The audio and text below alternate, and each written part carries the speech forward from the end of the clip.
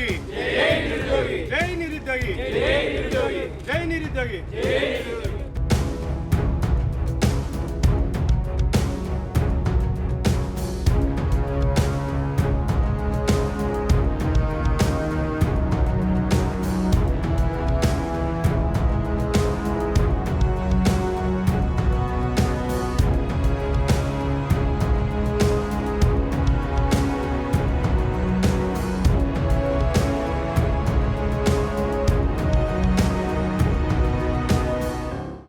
Job calendar bogus calendar అయిపోయింది.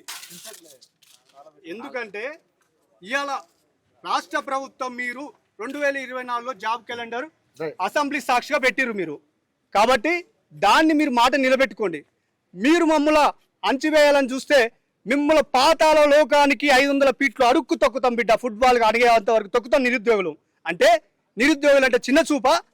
ఏం తమాషాల మాతోటి? మీకు గ్రూప్ 1 లేదు, గ్రూప్ 2 లేదు, గ్రూప్ 3 లేదు, జేఎల్ లేదు, డిఎల్ లేదు.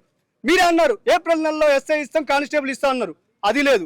గ్రూప్ 1లో లేదు, ఏదీ లేదు. అంటే వీళ్ళు పేదలు అమాయకులు ఏం తెలియదు అని నిరుద్యోగులు వీళ్ళని చీరలకి అంకితం చేస్తా అంటే మీకు జాబులు వచ్చినాయి. మిమ్మల్ని ఆనాడు మేము గెలిపించుకున్నాం. అదే స్థాయిలో మిమ్మల్ని పాతాలకు తొక్కే బాధ్యత కూడా మేము తీసుకుంటాం. ఎవరినైనా సహించాం, ఏ ప్రభుత్వాన్నైనా మేము సహించాం. ఎవరైనా మమ్మల్ని చిన్న చూపు చేయాలని చూస్తే మేము ఖబర్దార్, మేము ఒకటే ఛాలెంజ్ చేస్తున్నాం. మీరు తక్షణమే మీరు జాబ్ నోటిఫికేషన్ విడుదల చేయండి. ఈ స్థానిక సంస్థలకు ముందు లేని ఎడల రాష్ట్ర వ్యాప్తంగా గందరగోళం అయ్యే పరిస్థితి ఏర్పడుతుంది. దీన్ని మేము ప్రధానంగా డిమాండ్ చేస్తున్నాం. ఆలోచించండి. మీరు ఎందుకు మమ్మల్ని ఇబ్బంది పెడతారు? ఇలా నిరుద్యోగులు మేము ఇక్కడ 5 రూపాయల భోజనం అసలు గొడ్డు కారం తిని బతుకుతున్నాం. ఇలా మేము ఒక చైర్లకి అంకితం అయ్యి ఇలా జాబ్ కొడితే బిందాస్ లైఫ్ ఉంటుంది, మేము హ్యాపీగా ఉండొచ్చు అని మేము అనుకుంటుంటే మీరు మమ్మల్ని చిన్న చూపు చేసి అడుగును తొక్కుతుర్రు. మీరు మార్పు రాకపోతే మేము ఇక మాటలు గీటలు చెప్పడాలు ఉండవు. పెన్నే పట్టిన ఎన్ని రోజులు పెన్ను కావాలనుకుంటే మేము ఏదైనా పడతాం. మేము రోడ్లకు ఎక్కితే మీరు రోడ్లకు తిరగాల్సిన అవసరం ఉంటుంది. మేము ప్రభుత్వాన్ని డిమాండ్ చేస్తున్నాం, ముఖ్యమంత్రి గారిని మీరు తక్షణమే రిలీజ్ చేయాలి. ఎవరైనా సరే మీరు సహించేదే లేదు. ఇలా విద్యాశాఖ దిక్కు లేదు. మాకు ఎన్ని ఖాళీగా ఉన్నాయి, ఏంట్లకి ఖాళీగా ఉన్నాయి, ఇలా ఏమీ లేదు. మీరు ఏం చెప్పిర్రు? మీరు విడుదల చేస్తున్న క్యాలెండర్ మీద మీ మాట మీద నిలబడబోతే మీరు ఎందుకు ఇక ప్రభుత్వం ఉండి దేనికి మేము సంఖ నాకడానికా మీరు ఉన్నది? అంటే ఏం చేయలేరు అనుకుంటున్నారా? మేము ఏం చేయాలో మా తడక్క వేరుంటుంది, నిరుద్యోగులది మా స్టైల్ వేరుంటుంది. ఆ స్టైల్ చూపిస్తే మీరు తిరగడం కష్టం.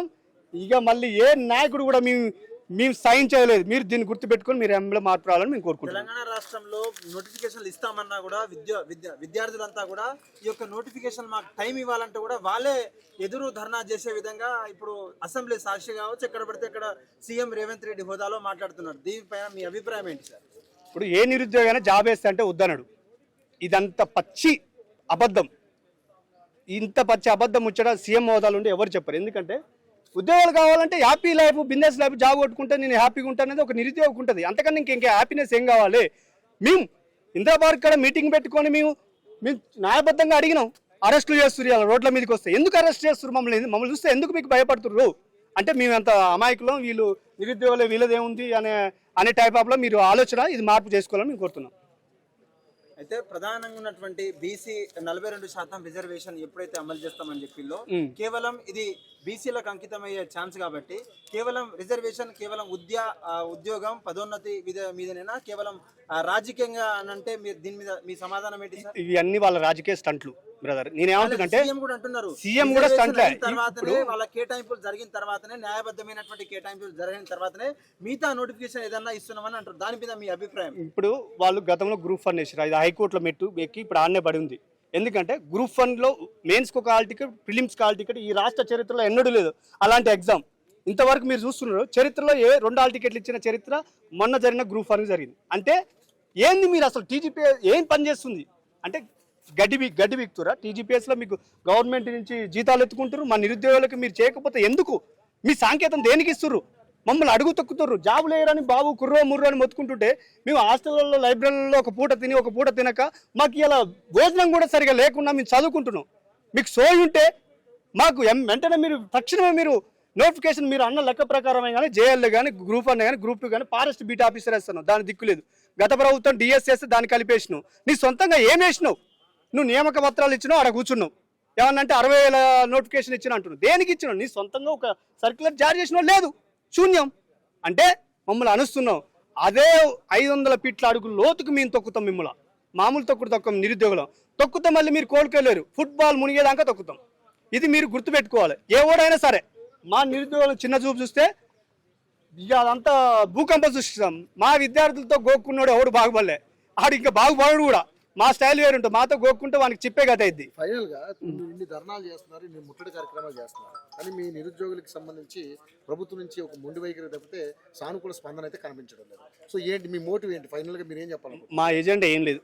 మాకు మీ అందరం సంతోషంగా ఉంటాం. మాకు నోటిఫికేషన్ విడుదల చేస్తే ఓకే, ఇది ఇస్తే మేము నెత్తిన పెట్టుకుంటాం, ఇవ్వకపోతే తొక్కుతాం. రెండే ఆప్షన్లు, ఇస్తే నెత్తిన పెట్టుకుంటే ఇవ్వకపోతే తొక్కుతాం. ఇవ్వమని మేము బతిలాడుతున్నాం. అంటే మేము మంచిగా చెప్తే మీరు స్వీకరించట్లే. ఎందుకు మమ్మల్ని ర్యాలీల్లో మేము ధర్నాలు చేస్తుంటే మమ్మల్ని అరెస్ట్ చేసే హక్కు మీకు ఎవరిచ్చిండు? అంటే మీ ఇష్టమా? అంటే మీకు గెలిపించడం కోసం మీ అందరం పనిచేయాలి. మా పని అయిపోగానే ఇదే అశోక్ నగర్కి రాహుల్ గాంధీ వచ్చి మా విద్యార్థులతో మాట్లాడించిన అవసరం ఏముంది నీకు? అంటే అయాల ఒక మాట, ప్రభుత్వం వచ్చినప్పుడు ఒక మాట, ప్రభుత్వం రాకపోతే ఒక మాట. అంటే ఆట బొమ్మలా ఉన్నాం మేము. అంటే వీళ్ళకి ఏం తెలియదు అనుకున్నా, అన్ని చట్టాలు అన్ని చదువుకునే మేము ఇక్కడికి వచ్చి జాబ్ కొట్టడానికి సిద్ధంగా ఉన్నాం. మేము ఈ స్థాయిలో ఉండి ఒక ప్రిపరేషన్లో ఉన్నప్పుడు మమ్మల్ని డిస్టర్బ్ చేసి ఏమైంది? మైండ్ ఖరాబ్ అయింది. ఎవరైనా ఓపిక ఉన్నంత వరకే సహనం. అది సహనం చేస్తే విద్యార్థి పెన్నే పడతారు, కాదనుకుంటే ఇంకేదైనా గన్ అయినా పడతారు, ఏదైనా పడతారు. అట్లా తయారు చేస్తారు, మీరే తయారు చేస్తారు. దీనికి ప్రతిఫలం కూడా మీరే అనుభవిస్తారు. దీన్ని మార్పు చేయాలని మేము కోరుకుంటున్నాం.